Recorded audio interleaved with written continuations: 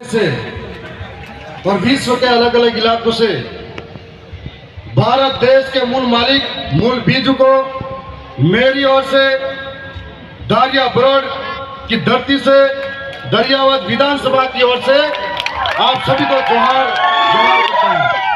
साथ ही मेरे पुरखों को नमन करता हूं।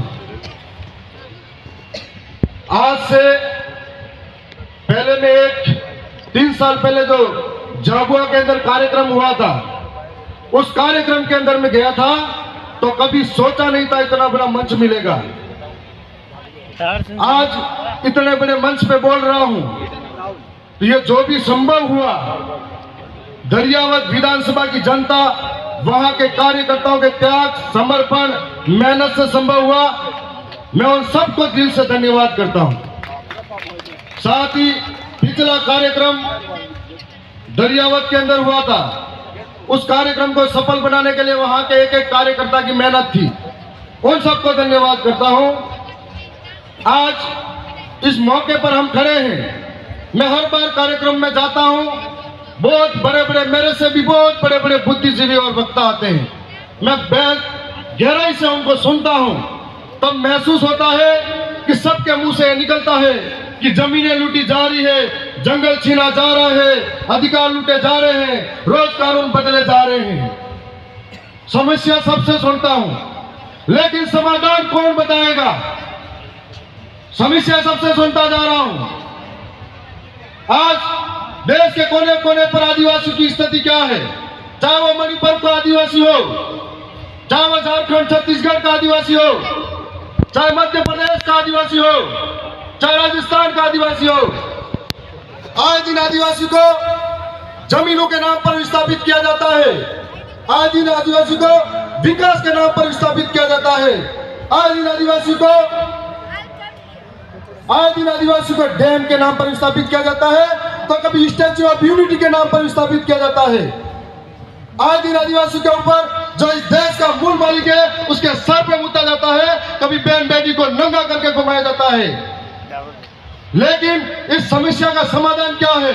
क्योंकि हम लोग इस देश के अंदर 11 करोड़ 11% है, लेकिन कहीं संगठनों में बटे हुए हैं, कहीं झंडे लेके घूम रहे हैं और छोटे छोटे बातों में बटे हुए हैं। हम लोग पूरे 5 साल तक धरने प्रदर्शन करते हैं, सड़कों पर रहते हैं, संघर्ष करते हैं, लेकिन जब बारी आती है एक होकर ताकत दिखाने की, तब हमारा पाला चेंज कर देते हैं। यही हाल मध्य प्रदेश के अंदर हुआ था, यही हाल गुजरात के अंदर हुआ था। इसलिए हम लोग दर दर की ठोकरें खाने पर मजबूर हैं। मैं राजस्थान से आता हूं। राजस्थान के अंदर हम लोग आदिवासी जन प्रतिनिधि सिलेक्शन प्रणाली के तहत चुनाव जीते हैं। अभी हमारे बीच में एक चौधरी साहब बता रहे थे 50-50 करोड़ खर्च होता है। मैं साधारण परिवार का किसान का बेटा, जहां मेरा पिता ये कहता था कि बेटा चुनाव मतलब कपड़े पहनने के पैसे नहीं है, और इस विचारधारा की वजह से मैं विधायक बना हूं, एक एक जनता की वजह से बना हूं कि हमारे वहां पर चुनाव जीतने के बाद में विधानसभा के अंदर यदि हम नहीं बोलते हैं तो हमारे टिकट जनता काट देती है, और कमल कांग्रेस अगर बोलती है तो उनका टिकट हाईकमान काट देता है। इसलिए उनको बोलना पड़ता है। आप सबके बीच में आए हैं, ये बताने के लिए आए हैं कि हमारे साथ इस तरह का व्यवहार होता है।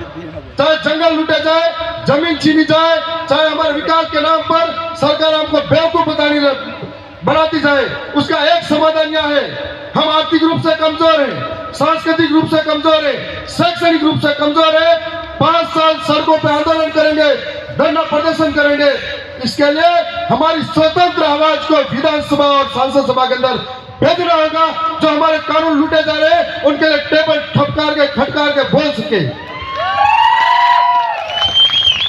चाहे सरकार कोई भी हो, हमारे आदिवासी के ऊपर जो जुल्म होता है, हम लोग इतनी संख्या में हर रोज इकट्ठे होते हैं, लेकिन दिल्ली के अंदर, जयपुर के अंदर, महाराष्ट्र के मुंबई के अंदर, गुजरात के गांधीनगर के अंदर, भोपाल के अंदर बेरी गूंगी सरकारें हमको कभी नहीं सुनती है, और वो खबरें स्थानीय मीडिया के अंदर दफन हो जाती है। इसके लिए हम लोगों को इस विधानमंडल के अंदर पांव रखना पड़ेगा। आज हमारा मकसद तभी पूरा होगा जब हम लोग कह रहे हैं कि यह सब करना चाहिए, ये समस्या है, वो समस्या है। रोज कानून बदले जा रहे हैं, उन कानून को बदलते कानून के लिए कौन आकर लड़ेगा? जब हम उस कानून को लड़ने के लिए वहां पर मौजूद होंगे तब लड़ पाएंगे। आप सबके बीच में आए हैं। आने वाले समय में राजस्थान का मॉडल अपनाइए। आपको एक मौका देके जा रहे हैं कि एक एक गरीब राजस्थान का मॉडल के अंदर राजा का बेटा राजा नहीं बन सकता। आप में से जो काबिलियत रखता है आदिवासी गरीब शोषित पीड़ित वंचित के लिए लड़ने के लिए, वो राजा बन सकता है। ये आपके अंदर बताने जा रहे हैं। राजस्थान के अंदर एक व्यवस्था के तहत पहली बार पार्टी लेकर आ गए। उस पार्टी के अंदर 84 के राजकुमार जी रोज साहब जो दूसरी बार 70,000 वोटों से जीते, उनके पिता बचपन में ही चले गए थे, साधारण परिवार से हैं। दूसरे आसपुर के अंदर 30,000 वोटों से जीते, उनके पिता गरीब परिवार से हैं। मेरे पिता साधारण परिवार के खेती करने वाले हैं। और हमारे मध्य प्रदेश के अंदर जो चुनाव जीते कमलेश्वर भाई, जब चुनाव जीते, जीत के जब घर आए, उनकी मां मजदूरी करके आ रही थी। ये तुम आप सभी के लिए एक प्रेरणा नहीं तो क्या है? और ये प्रेरणा दरियावत की जनता, आसपुर की जनता और भील प्रदेश की जनता के साथ है। हम लोगों को आने वाले समय में मिलकर राजस्थान, मध्य प्रदेश, गुजरात, छत्तीसगढ़, झारखंड, मुझे जब जब दर्द होता है, चाहे आदिवासी झारखंड का हो, छत्तीसगढ़ का हो, चाहे आदिवासी मध्य प्रदेश, राजस्थान, गुजरात का हो, यदि कहीं के भी आदिवासी के साथ कोई घटना होती है, हमको ऐसा लगता है कि हमारे किसी शरीर के किसी हिस्से पर चोट पहुंचाई गई है और इस दर्द को अंदर से झेलते हैं हम लोग। इसलिए सबसे पहले खड़े होते हैं। यदि देश के अंदर बड़े बड़े कार्यक्रम हर रोज होते हैं, सारे संगठन, सारे लोग जब भी आदिवासियों के साथ गलत होता है एक साथ सड़कों पे आ जाए, एक साथ बोलने लग जाए, तो कभी आंदोलन करने की जरूरत नहीं पड़ेगी। मैं आप सबके बीच में जो समय दिया है उसके लिए भी धन्यवाद। और इतना ही कहूंगा कि आवाज अपनी दूर तलक छोड़ जाऊंगा, आवाज अपनी दूर तलक छोड़ जाऊंगा। खामोशी की बेमौत गवारा नहीं मुझे, शीशा में टूट भी गया तो अपनी खनक छोड़ जाऊंगा। आप सबका बहुत बहुत धन्यवाद। जय जवान, जय आदिवासी, जय भील प्रदेश।